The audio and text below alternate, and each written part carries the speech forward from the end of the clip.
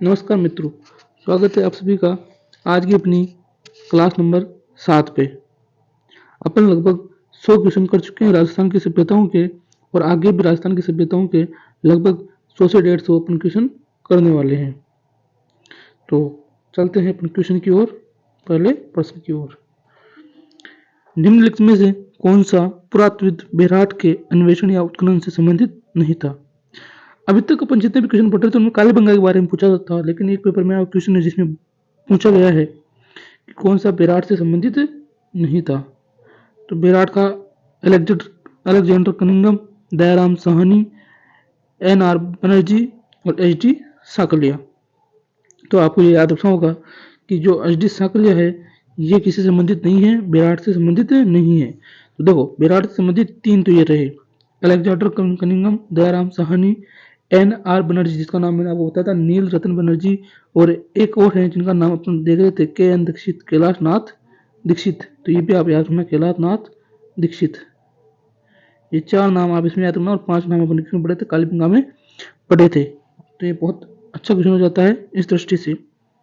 आगे देखते हैं, निम्नलिखित में से कौन सा ताम्र पाषाणिक स्थल खेतड़ी के निकट है?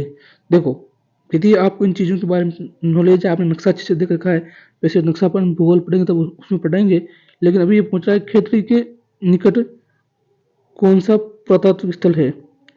बालाथल, जोधपुरा, गणेश्वर, उज्जैना। तो आपको पता होना चाहिए कि उज्जैना सभ्यता मैंने भीलवाड़ा में देखी थी। कहाँ देखी थी? भीलवाड़ा में। बालाथल उदयपुर में। कहाँ है? उदयपुर में। कौन सी नदी के किनारे है? बनास नदी के किनारे। कौन सी नदी के किनारे? बनास नदी के किनारे। जोधपुर सभ्यता जयपुर में। कहाँ है? जयपुर में। कौन सी नदी के किनारे है? साबी नदी के किनारे। तो बच्चा कौन सा ऑप्शन बना? गणेश्वर। ठीक है, अगला प्रश्न।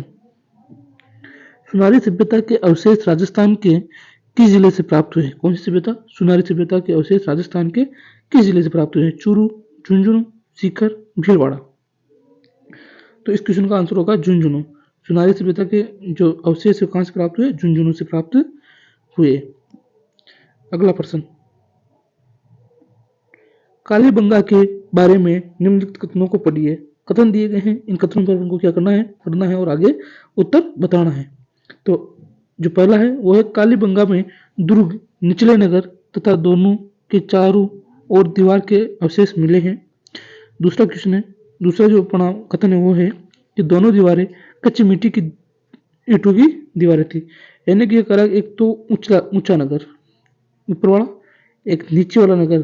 ठीक है, और इन दोनों नगरों के दीवार हुई थी किसमें? कालीबंगा में। तो अपन ने देखा था कालीबंगा में वो दुर्गीकरण के अवशेष मिले थे, तो वो दुर्गीकरण यही है।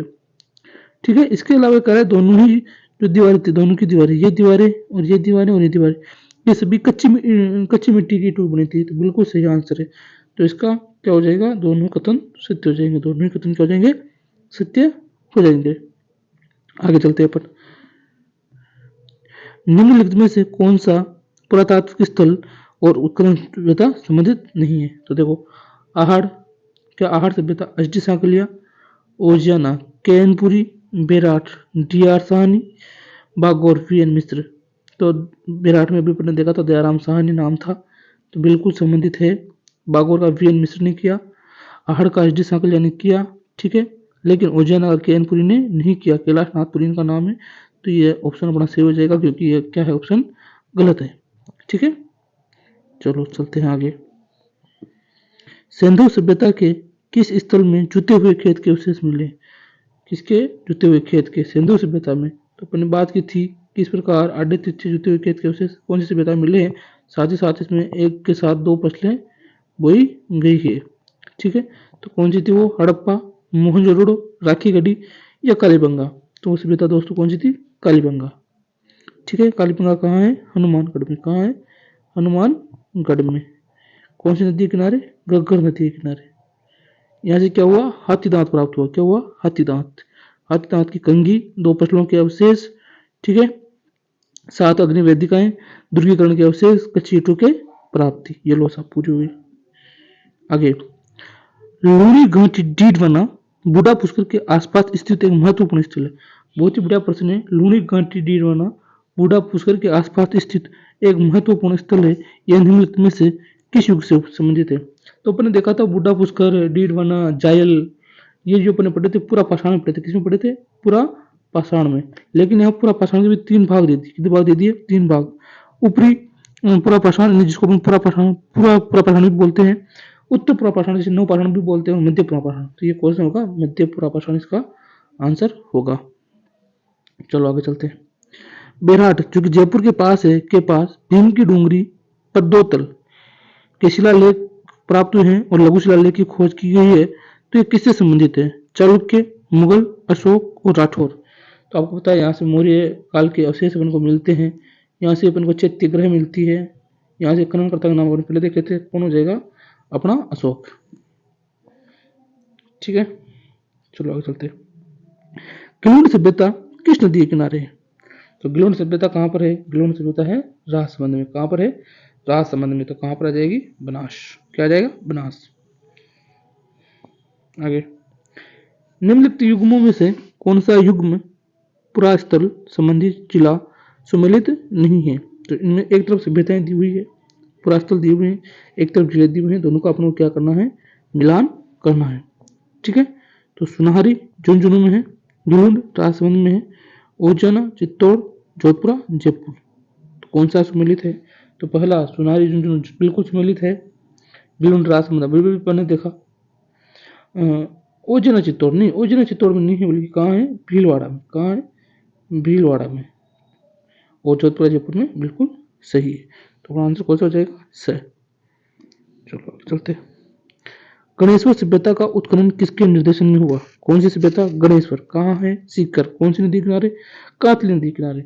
इसका उत्खनन एच डी साकरिया ने कराया, एन ए घोष ने करवाया, वी एन मिश्र ने करवाया, या फिर आर सी अग्रवाल ने करवाया?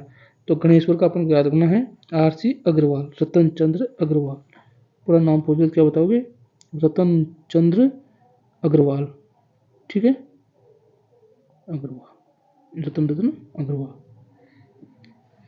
आगे चलते हैं। निम्नलिखित में से कौन सा कथन सही है? एक कथन का क्वेश्चन आया है, और ऐसे क्वेश्चन जब भी आते हैं सभ्यताओं से तो बहुत ही उच्च कोटि के क्वेश्चन होते हैं। हर किसी के क्वेश्चन सही नहीं होते हैं। अब बहुत से विद्यार्थी पूछते हैं पढ़ते पढ़ते मन नहीं लगता, कैसे पढ़ें, क्या याद करें, क्या छोड़ें?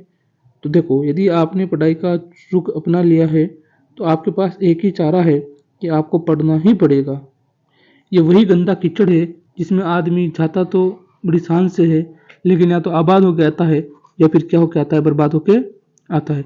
जीवन में बड़े से सीख कुछ भी जाओगे, लेकिन समाज आपको तभी एक्सपेक्ट करेगा जब आप किसी पद पर आसीन होगे। आपकी पढ़ाई समाज तभी सार्थक मानेगा, चाहे आपने कितना ही पढ़ा हो, चाहे आपने कितनी कुछ किया हो, लेकिन पढ़ाई समाज आपको तभी एक्सपेक्ट करेगा जब आप क्या होगे?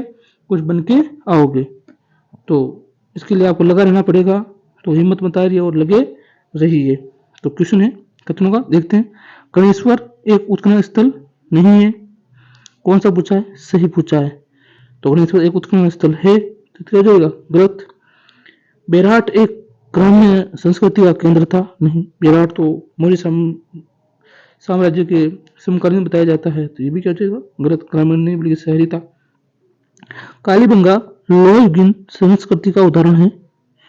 नहीं, कालीबंगा में लोहे के अवशेष तो बिल्कुल नहीं मिले, ये भी गलत हो जाएगा। तो सही कौन सा है?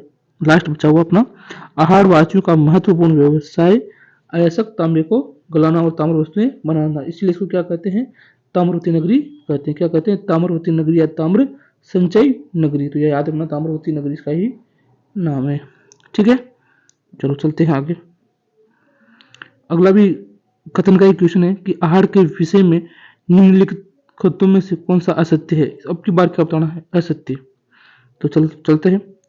आहारवासी दीवारों एवं नींवों को मजबूत एवं सौंदर्य युक्त बनाने हेतु मिट्टी में क्वार्ट्ज के टुकड़े एवं चिप्स के सम्मिश्रण का प्रयोग करते थे। बिल्कुल, ये इनका मिट्टी में कांच के टुकड़े, और जैसे आजकल अपन करते हैं ना मंदिरों में, तो ऐसे प्रयोग किया करते थे। मिट्टी अथवा कच्ची ईंटों से निर्मित भवन अब उपलब्ध नहीं है। बिल्कुल, अभी भी अवशेष उनके मिले हैं।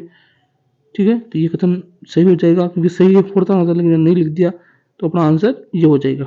आगे देखते हैं आगे कथनों को भी। आवासीय भवनों की नींव ईंटों से होती थी। बिल्कुल आहार के उत्खनन से मानव जीवन की विभिन्न चरणों पर प्रकाश पड़ता है, क्योंकि यहाँ पर बहुत सारी चीजें मिली है। आगे, इन दिनों जोधपुर के संग्रहालय में रखे उत्तर गुप्त काल से संबंधित लाल बलुआ पत्थर के आदमकद स्नातक खड़े विष्णु कहाँ से मिले हैं? बहुत ही बढ़िया प्रश्न और आने वाली परीक्षा के लिए इंपोर्टेंट क्वेश्चन की जोधपुर संग्रहालय में रखे जो उत्तर गुप्त काल पर मिला। उत्तर गुप्त काल में बलुआ पत्थर का एक आदमकद खड़े हुए विष्णु जी मिले हैं, तो कहाँ से मिले हैं? भीनमाल से मिले हैं, मंडोर से मिले हैं, पाली से मिले हैं या बीकानेर से? तो याद रखना कहाँ से मिले हैं? पाली से मिले। कहाँ से मिले? पाली से।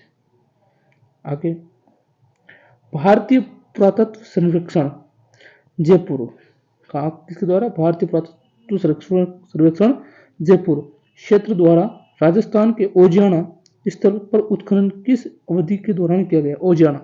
ओजियाना और ओजियाना दोनों एक ही है, बोलने का अंतर है, भाषाई क्षेत्रीय भाषा है। ठीक है, ओजियाना और ओजियाना एक ही है। कहाँ है ओजियाना? भीलवाड़ा। कहाँ है? भीलवाड़ा में। ठीक है, कौन सी नदी किनारे? खारी नदी के किनारे, याद रखना। तो इसका उत्खनन स्थल सन पूछ रहा है। ठीक है, कब किया गया? सन 2000 से 2001 के बीच में इसका उत्खनन किया गया। आगे अपन चलते हैं। हिंदू पौराणिक कथाओं के अनुसार राजस्थान का कौन सा शहर महाकाव्य महाभारत से संबंधित है और सरिस्का टाइगर के निकट स्थित है? विराटनगर, चूरू, बूंदी, दौसा। तो इसका आंसर होगा विराटनगर, जो विराट से अपन कहते हैं अलवर, क्योंकि यही उस प्रदेश में आता है विराटनगर। विराट इसकी राजधानी है। ठीक है, चलते हैं आगे। 1998 में राजस्थान के भीलवाड़ा जिले में इनमें से किस स्थल की खुदाई की गई? लछुरा, उजाना, नगर, विराट। यदि आपको पता हो तो नगर टोंक में है, तो ये तो हो नहीं सकता। विराट जयपुर में तो हो नहीं सकता, क्योंकि पूछा किसका है? भीलवाड़ा का। ओजना अपन ने देख ही लिया, कब हुई ओजना की? 2000 से 2001 के मध्य है। तो बच्चा कौन? लछुरा। आज का अपना अंतिम क्वेश्चन, निम्नलिखित में से कौन सा मध्य पाषाण स्थल राजस्थान से संबंधित है? याद रखना, अभी भी मैंने थोड़ी देर पहले बात की थी, मध्य पाषाण के 3 स्थल आए थे अपन, चायल, बूढ़ा पुष्कर, डीडवाना, और ये और अपन को 2 स्थल और बताने हैं। तो इनमें से 2 स्थल कौन से होंगे? बागोर, रत्नापुर, तिलवाड़ा, लाटेश्वर। तो कौन सा ऑप्शन से होगा?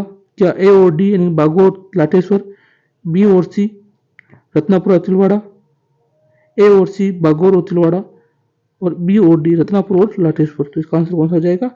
ए और सी बागोर और तिलवाड़ा।